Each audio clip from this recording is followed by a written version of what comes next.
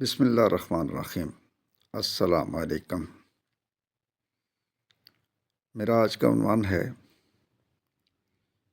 فقہ اور تصوف کا باہمی تعلق۔ برادران اسلام، قرآن اور حدیث کے احکام پر غور کر کے بعض بزرگان دین نے عام لوگوں کی آسانی کے لیے مفصل قوانین مرتب کر دیے ہیں، جن کو فقہ کے نام سے موسوم کیا جاتا ہے۔ چونکہ ہر شخص قرآن کی تمام باریکیوں کو نہیں سمجھ سکتا، نہ ہر شخص کے پاس حدیث کا ایسا علم ہے کہ وہ خود شریعت کے احکام معلوم کر سکے، اس لیے جن بزرگان دین نے برسوں کی محنت اور غور و تحقیق کے بعد فقہ کو مرتب کیا ہے، ان کے بارے احسان سے دنیا کے مسلمان کبھی سبکدوش نہیں ہو سکتے۔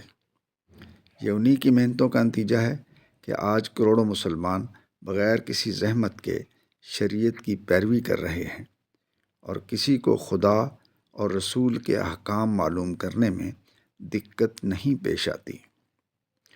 فقہ کا تعلق انسان کے ظاہری عمل سے ہے۔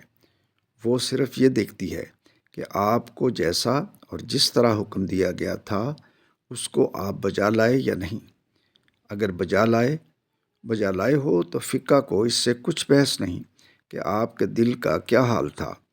دل کے حال سے جو چیز بحث کرتی ہے اس کا نام تصوف ہے۔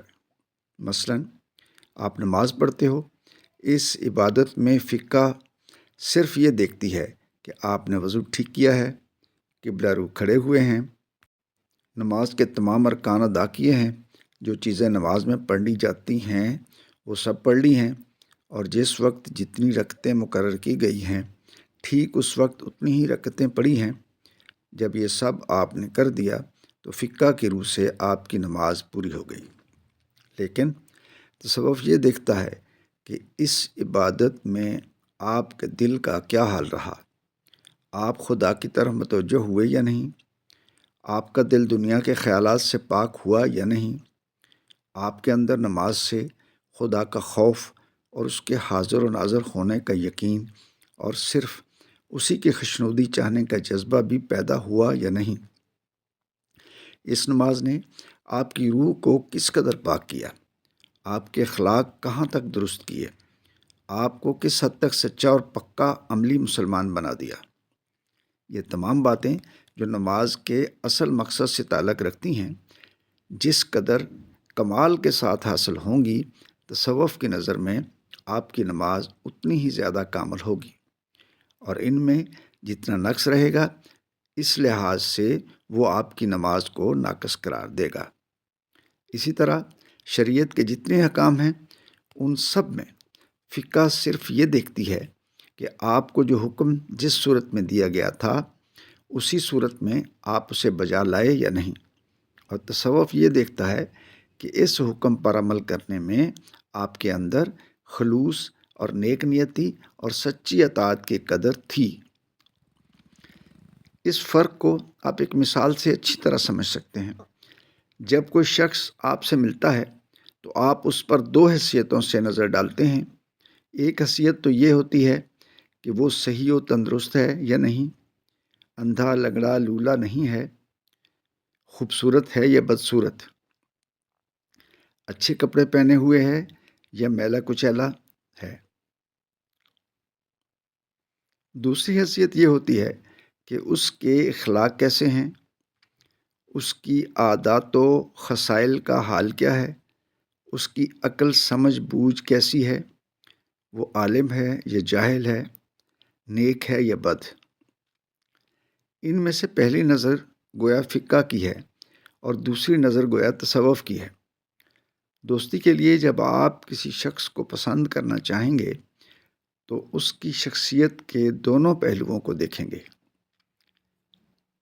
آپ کی خواہش ہوگی کہ اس کا ظاہر بھی اچھا ہو اور باطن بھی اچھا۔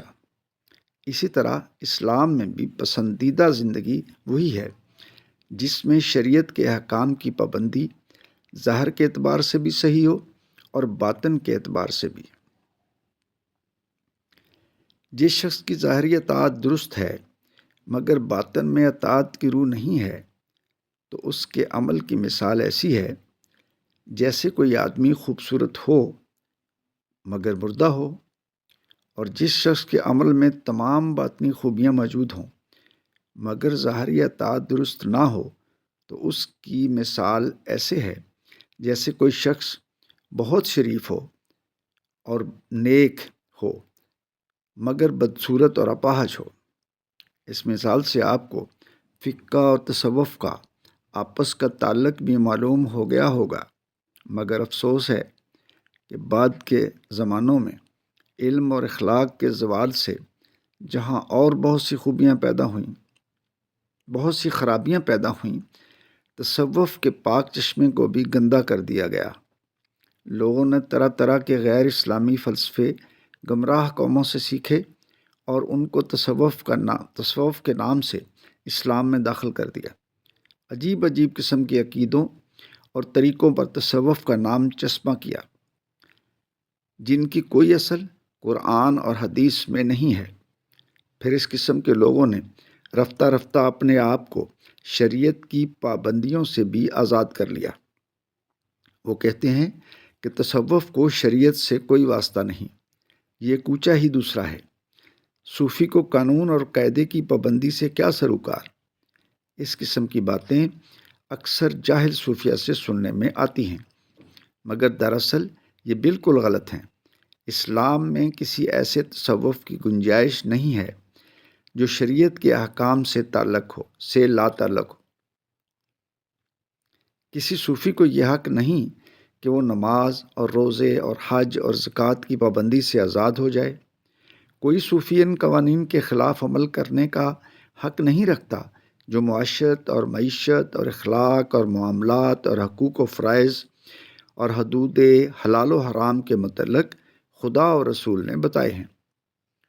کوئی ایسا شخص جو رسول اللہ صلی اللہ علیہ وآلہ وسلم کی صحیح پیروی نہ کرتا ہو اور آپ کے مقرر کیے ہوئے طریقے کا پابند نہ ہو، مسلمان صوفی کہلائے جانے کا مستحق ہی نہیں ہے۔ تصوف تو در حقیقت خدا و رسول کی سچی محبت بلکہ عشق کا نام ہے، اور عشق کا تقاضا یہ ہے کہ خدا کے حکام اور اس کے رسول کی پیروی سے بال برابر بھی انحراف نہ کیا جائے۔ پس اسلامی تصوف شریعت سے الگ کوئی چیز نہیں ہے، بلکہ شریعت کے احکام کو انتہائی خلوص اور نیک نیتی کے ساتھ بجا لانے اور اطاعت میں خدا کی محبت اور اس کے خوف کی روح بھر دینے کا نام ہی تصوف ہے۔